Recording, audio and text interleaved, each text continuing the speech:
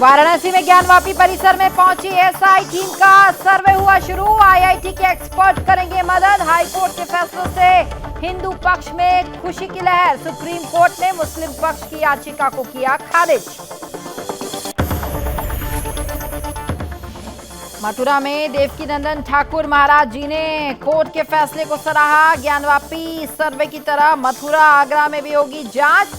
सनातन के स्पष्ट प्रमाण है मौजूद। जांच एजेंसी पूर्ण करे सर्वे का काम। गाजियाबाद में मुठभेड़ के दौरान 2 गौकशों को दबोचा गया। जावेद और अनस गिरफ्तार। गौकशी गैंगस्टर में 1 दर्जन से अधिक आए मामले। आगे की कार्रवाई है जारी। परासिया में विहिप और बजरंग दल ने किया पुतला दहन। परासिया थाने के पास किया गया हनुमान चालीसा का पाठ। जिहादी आतंकवाद का किया गया पुतला दहन। और चित्तौड़गढ़ में नाबालिग बच्ची के साथ दुष्कर्म कर जिंदा जलाया गया। घटना को लेकर गुर्जर समाज के लोगों में कलेक्ट्रेट चौराहे पर किया जोरदार प्रदर्शन। आरोपियों को फांसी की सजा देने की गई मांग।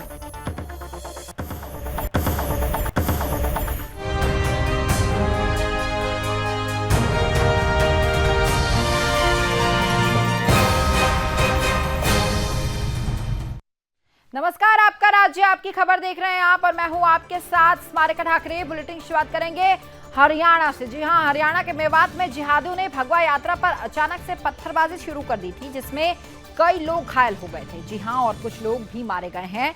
जिहादियों द्वारा मेवात में किए गए हिंदुओं पर अत्याचार के विरोध में लगातार विरोध प्रदर्शन जो है वो किया जा रहा है। और आपको बताएं कि धामपुर में बजरंग दल द्वारा इस्लामिक जिहादी पर कार्रवाई को लेकर अब विरोध प्रदर्शन जो है वो किया गया है, जिसमें हजारों की संख्या में संगठन के कार्यकर्ता भी मौजूद रहे। तो वहीं बजरंग दल के अरुण कुमार ने कहा है कि हम हिंदुओं को मोबाइल से ज्यादा लाइसेंस बंदूक की जरूरत है। और ये भी कहा गया कि मैं सभी सनातनियों से आग्रह करता हूं कि सभी लोग शस्त्र इकट्ठा करें और हरियाणा सरकार से यदि हिंदुओं की रक्षा नहीं हो रही है तो हमारे सीएम योगी आदित्यनाथ जी को हरियाणा की भी कमान सौंप दे, तभी हिंदुओं की हरियाणा में रक्षा हो पाएगी।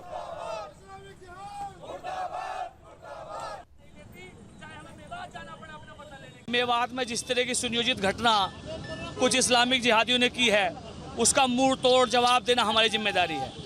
आज केवल ये सांकेतिक धरना है। अगर वहाँ के जिन लोगों ने ये कांड किया है उन लोगों को किसी प्रकार की सजा का सरकार ने नहीं दी, तो इसी प्रकार से बदला लिया जाएगा जिस प्रकार उन लोगों ने हमारे लोगों के साथ किया है। मैं केवल इतना ही कहना चाहता हूँ, ये लोग सुधर जाएं। इस देश में अगर रहना है तो सही से रहना होगा। अगर इस तरह की हरकत ये लोग करेंगे तो हिंदू समाज अब चुप बैठने वाला नहीं है। तो वहीं मेवात में हिंदुओं पर हमले को लेकर देश भर में और हिंदू समाज में अब आक्रोश देखा जा रहा है। इसी कड़ी में राजस्थान के चित्तौड़गढ़ में विहिप बजरंग दल ने इस्लामिक आतंकवाद के विरोध में अब जमकर विरोध प्रदर्शन किया, जिसको लेकर विश्व हिंदू परिषद बजरंग दल ने मेवात में हुई हिंसा के विरोध में कलेक्ट्रेट चौराहे पर इस्लामिक आतंकवाद का पुतला जलाकर विरोध प्रदर्शन किया है।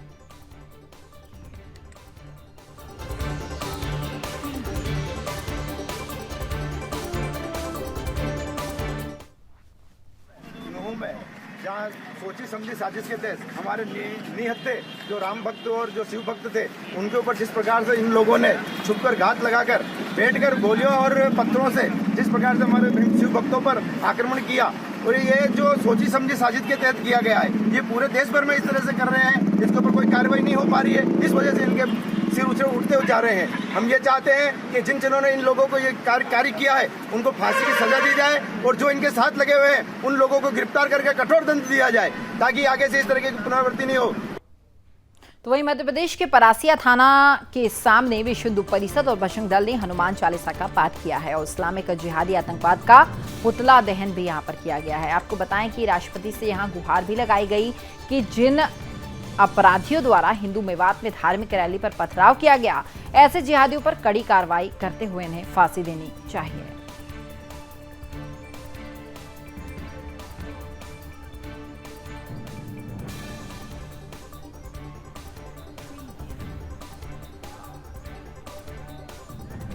तो विहिप और बजरंग दल ने यहां पुतला दहन किया है और थाने के पास हनुमान चालीसा का पाठ भी किया गया है। मध्य प्रदेश के परासिया की यह तस्वीर है, जहां जिहादी आतंकवाद का बजरंग दल ने विरोध प्रदर्शन किया है। जो मेवात में जो घटना घटी है,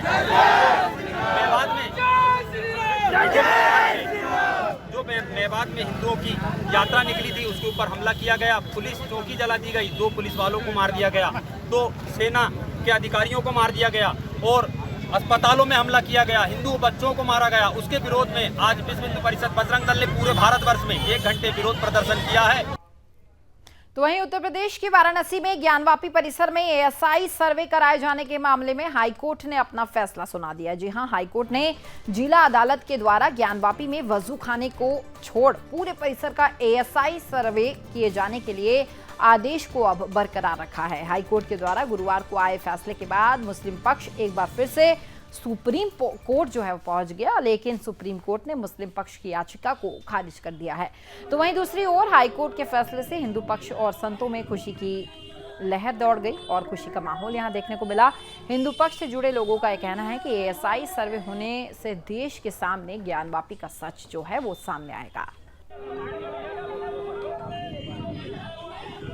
आज बहुत आनंद के दिन है। आप पूछ रहे हैं क्या कर रहे हैं? कोर्ट के सर्वे के आदेश हुआ है और हिंदू पक्ष की जीत है, इसलिए इस जीत के लिए, इस आनंद उत्सव के लिए हम सब संकल्प लेकर आए हैं। ये आज का फैसला बहुत बड़ा अहम फैसला है। ये मेरी नहीं, आपकी नहीं, सारे सनातनियों की जीत है। तो मैं सभी सनातनियों को बधाई देना चाहूँगी कि 12 ज्योतिर्लिंगों में जो हमारा महादेव का एक मंदिर है, जिसको बार बार मस्जिद का नाम दिया जाता है, टूटे हुए खंडित मूर्तियाँ मिली हुई है, मगर टूटा हुआ ज्योति माँ गंगा का सवारी वो मिले। तो सबूत तो चीख चीख के गवाही दे रहे हैं, लेकिन फिर भी अगला पक्ष नहीं मानने को तैयार है, अटकाने भटकाने लटकाने का काम करता ही जा रहा है। बात करेंगे उत्तर प्रदेश के मथुरा की। जी हां, जहां ज्ञानवापी में एएसआई सर्वे पर मुस्लिम पक्ष द्वारा रोक लगाने की याचिका हाईकोर्ट में खारिज होने पर सनातन धर्मावलंबियों से प्रसन्नता हुई है।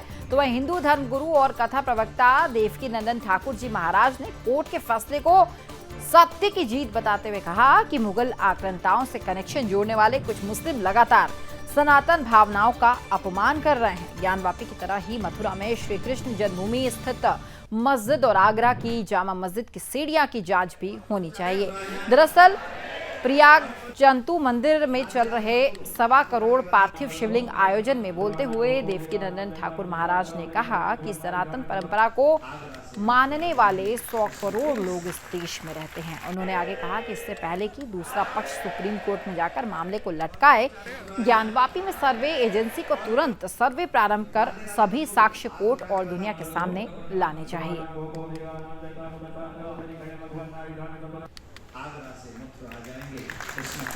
मैं एक और प्रार्थना करना चाहता हूं, जब तक ये दूसरे कोर्ट में जाएं तब तक इस जांच एजेंसी को अपनी जांच शुरू कर देनी चाहिए और कोर्ट के सामने प्रस्तुत कर देनी चाहिए।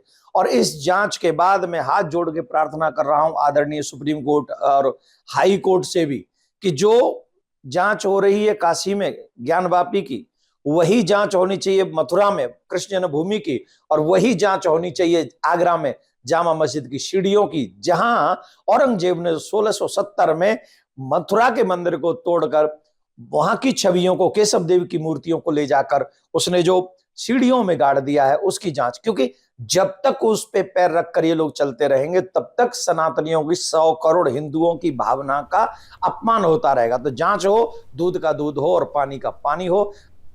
तो ये मध्यांचल विद्युत वितरण निगम मुख्यालय में आज आकांक्षा कैंटीन का उद्घाटन जो है निर्देशक वाणिज्य योगेश कुमार द्वारा फीता काटकर किया गया है। संचालकों द्वारा विधिवत पूजा अर्चना के साथ ही कैंटीन का शुभारंभ कर दिया गया।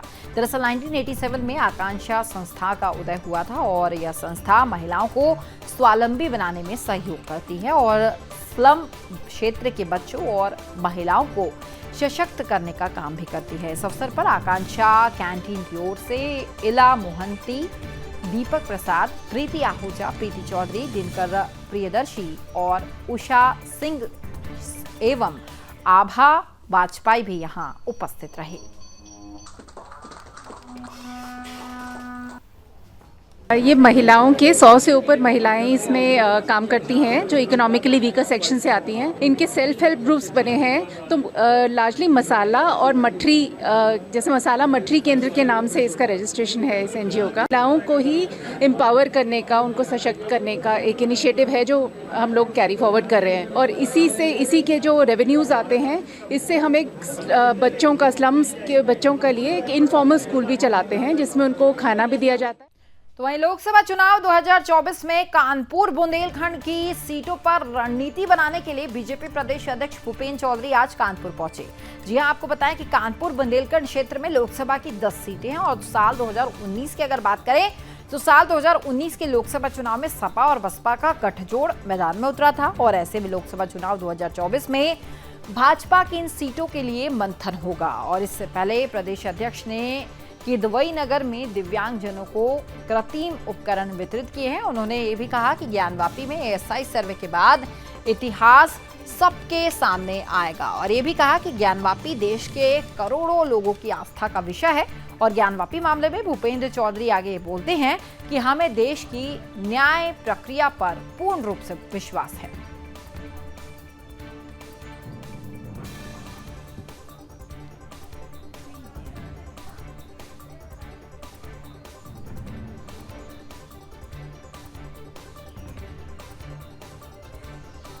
तो देश की न्याय प्रक्रिया पर पूर्ण रूप से विश्वास है, ये बात कही गई भूपेंद्र चौधरी के द्वारा। और बीजेपी के प्रदेश अध्यक्ष जब कानपुर पहुंचे तब आप तस्वीरों में देख सकते हैं किस तरीके से वितरण की, दिव्यांगजनों को ये जो साइकिल थी वो वितरित की गई है। और एएसआई सर्वे के बाद जो है इतिहास सबके सामने आएगा, ये बात भी कही गई है।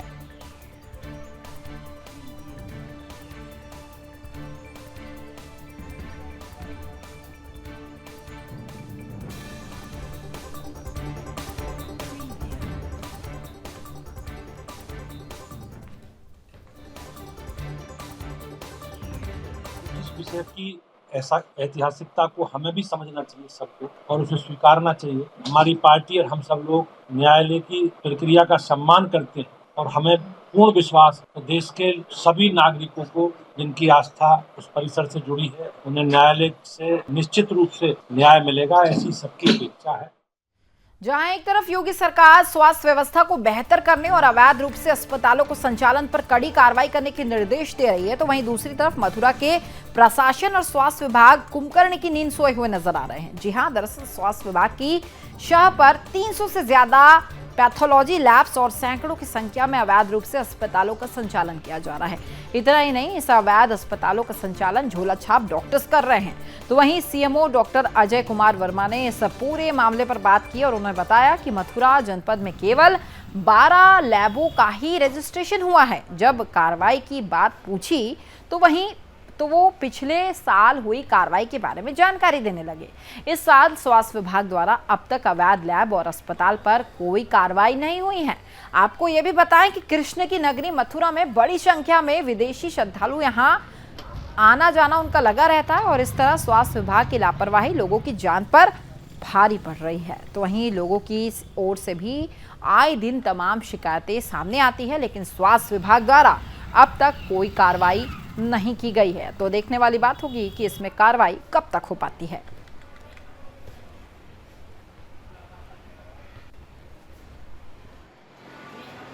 और इस बार तो और भी इसमें गंभीरता से लेते हुए जो आगरा का इशू हुआ है, गंभीरता से लेते हुए अभी तक मात्र 10 से 12 ही पैथोलॉजी का रजिस्ट्रेशन किया गया है। सर, बड़ी संख्या में जनपद में पैथोलॉजी है, उनका क्या? सब अगर उनका रजिस्ट्रेशन नहीं होता है सब सील की जाएंगी। अभी आपको जानकारी मिली होगी 30 के अगेंस्ट FIR भी दर्ज है।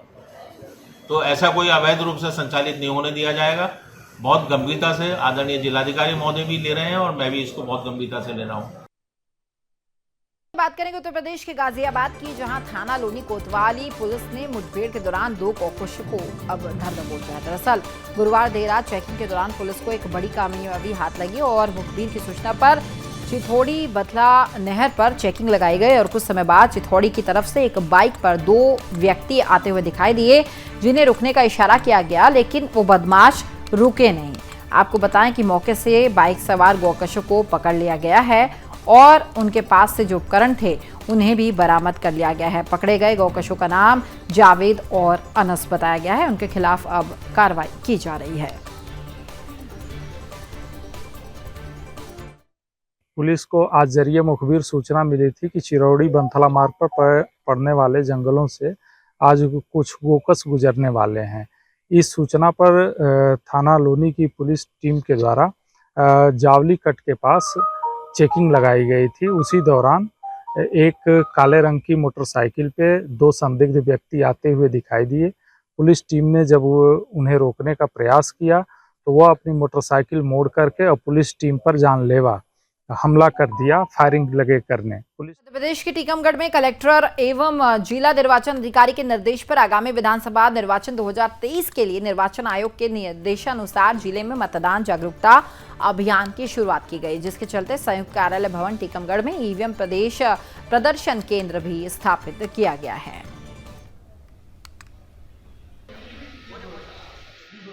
निर्वाचन आयोग के अवेयरनेस प्रोग्राम के अंतर्गत ईवीएम मशीन के संबंध में लोगों के बीच जागरूकता पैदा करने के लिए हमारे 3 ईडीसी सेंटर जिले में चल रहे हैं, जो प्रत्येक विधानसभा स्तर।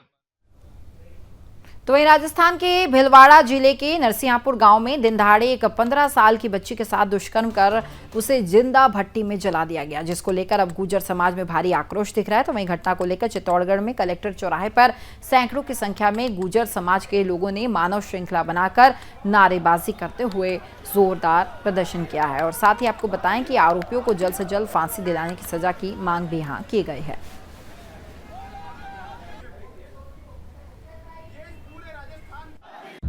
15 साल की बच्ची के साथ दुराचार करके उसको कोयले की इलीगल भट्टियों में जला देना, राख कर देना, मैं सोचता हूँ देश भर में ऐसी घटना कहीं नहीं हुई। जब बच्ची गुम हो जाती है तो परिवार के लोग पुलिस के पास जाते हैं कि हमारी बच्ची गुम हो गई। पुलिस को उनको मदद करने की बजाय उनको परेशान किया जाता है। कहाँ गई, क्यों गई, किसके साथ गई, आधार कार्ड लाइए।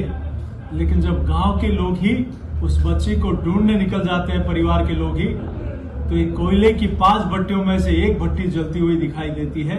और उसमें जब पता चलता है, वो निकालते हैं तो कोई हाथ निकलता है, कहीं उसका कड़ा निकलता है, तब पता लगता है कि उस बच्ची को जिंदा जला दिया गया। कल जो कोटरी में जो घटना हुई, हमारी बहन तोला के साथ उसके जो टुकड़े किए गए तालाब के अंदर, भट्टियों के अंदर, जलती हुई भट्टियों के अंदर डाल दिए गए, सर्व समाज को कलंकित करने वाली घटना है। ऐसी घटना नहीं होनी चाहिए समाज में। तो फिलहाल आपका राज्य आपकी खबर में इतना ही, लेकिन सुदर्शन न्यूज में खबरों का सिलसिला लगातार जारी रहेगा। जय हिंद।